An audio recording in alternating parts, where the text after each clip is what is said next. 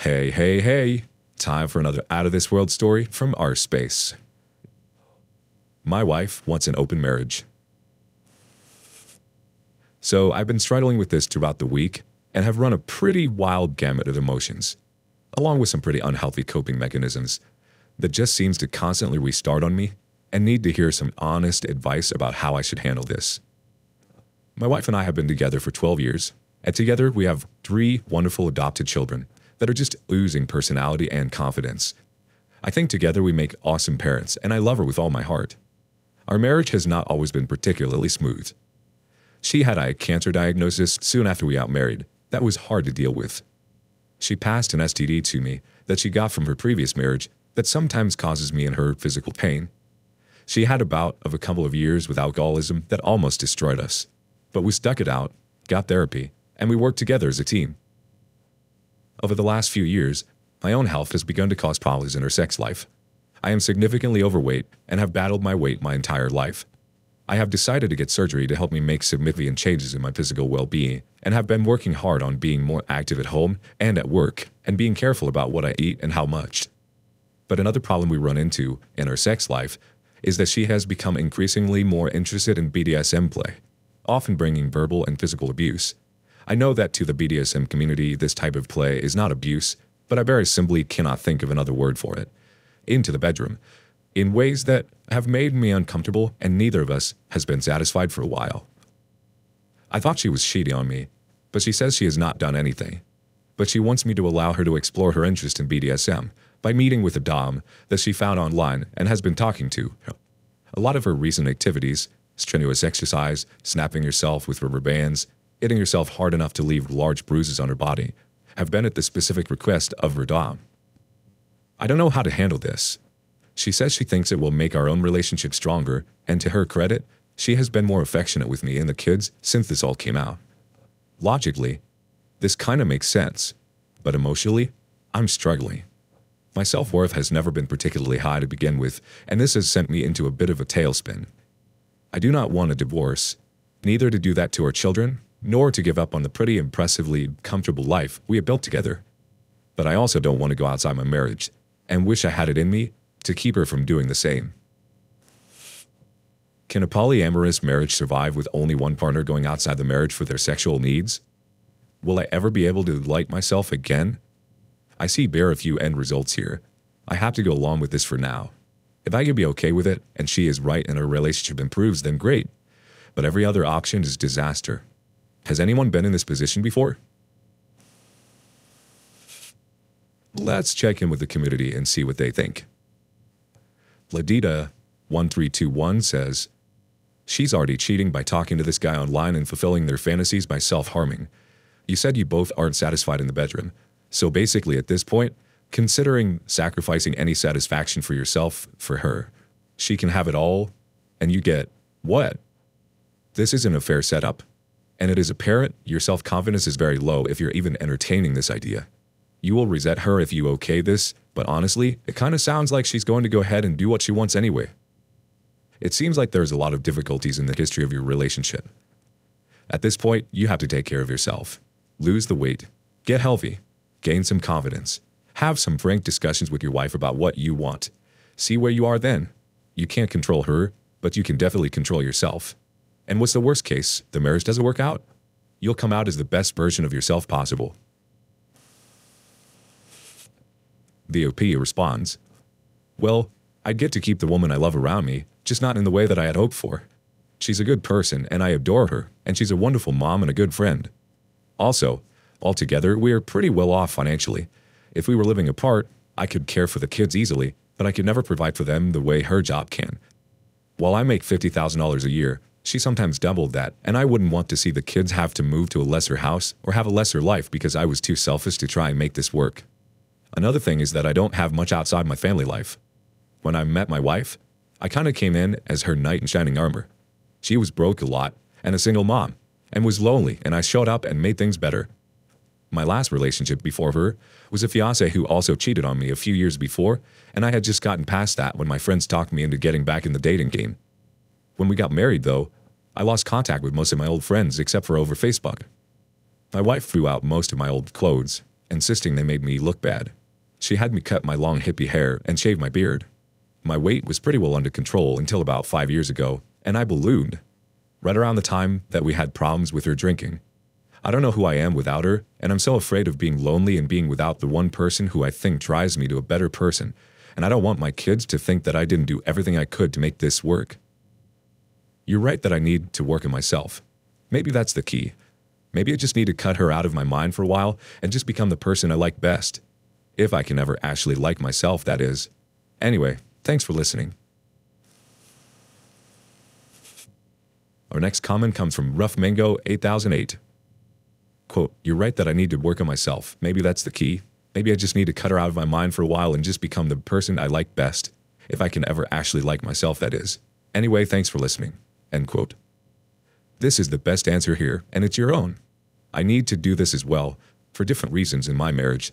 I know how hard it is to do that, especially when you dedicated so much of your time to your spouse and forgetting about yourself. I wish you strength and I hope you find your own worth without her, even if you stick together.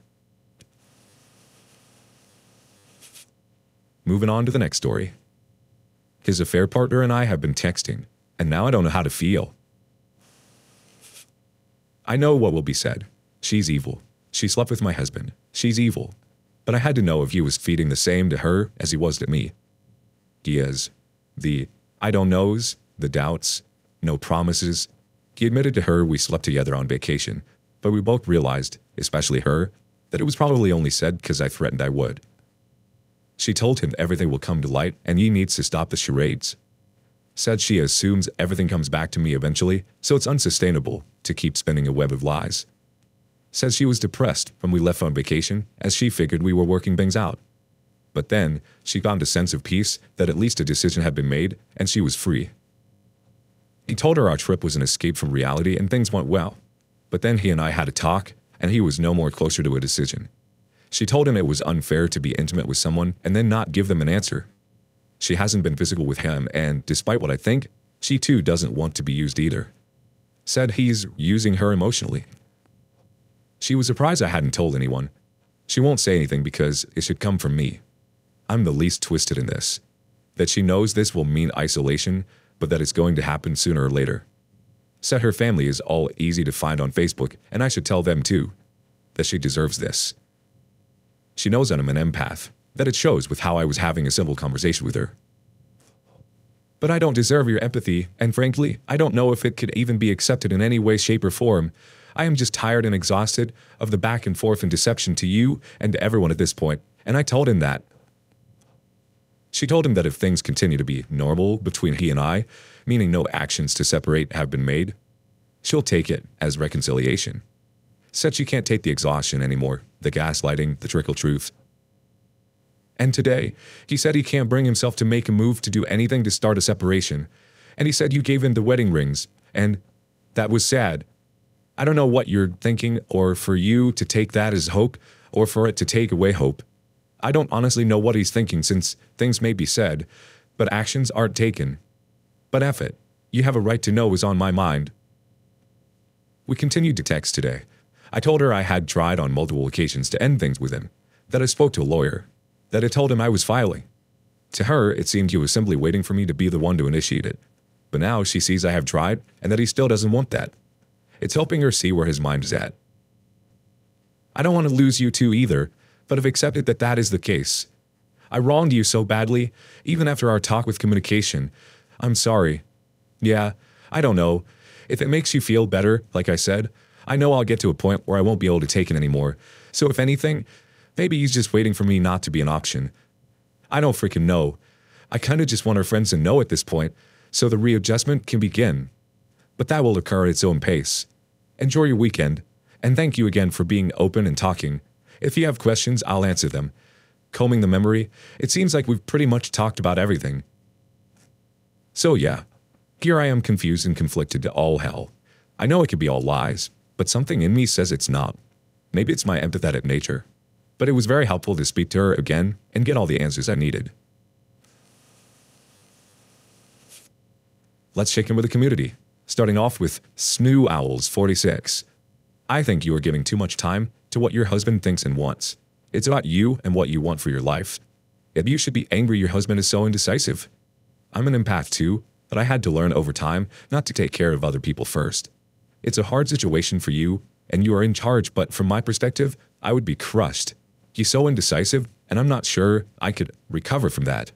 You deserve the best. Next comment comes from NWTGM1. Here's another issue. The affair partner may be lying too about things, just like your wayward husband. She too is a wayward. They downplay, minimize, or cast blame to the other. In no way do I think she is in the same boat as you here. Here's the thing. I've been on this forum and others, and unless the betrayed spouse takes a hard line, makes it known to the wayward it's all in with reconciliation and they must do everything on the list. Yes, they take a step back sometimes, but not on the contact with the affair partner, or the relationship is done. If the betrayed spouse doesn't do that, allows a wayward to waffle 9 times out of 10, they repeat or continue being the a-holes they are, and it ends anyway. Those betrayed spouses who take the hard line, draw that line, are clear with the boundaries. The few waywards who adhere, there is more of a chance of reconciliation for real. I've seen it over and over again. A betrayed posts, "I should have listened." Fortunately, in my experience, my wayward husband, the moment he was caught, cut all contact, scheduled therapy. He did those 2 things without me giving him the list. The OP closes this out. "Oh, trust me, I fully know nobody's in my boat." He once said, "We're all hurting," and I cut him off. I said neither of them could ever feel what I'm feeling. They might share hurt because they were the betrayers. But as the betrayed, there is no way they could even feel a fragment of my pain. At this point, I don't really want a reconciliation. I look at him almost as a stranger, but I'll be damned if they get a happily ever after. I even told her what his mom told me, that she would never accept the affair partner. That his whole family, who loves me deeply and dearly, would always resent her and I will always be a part of their group. She has no real future with him, but she'll find out in due time. And I will tell her family. They're ultra-religious and will probably ostracize her for years to come. And she deserves it.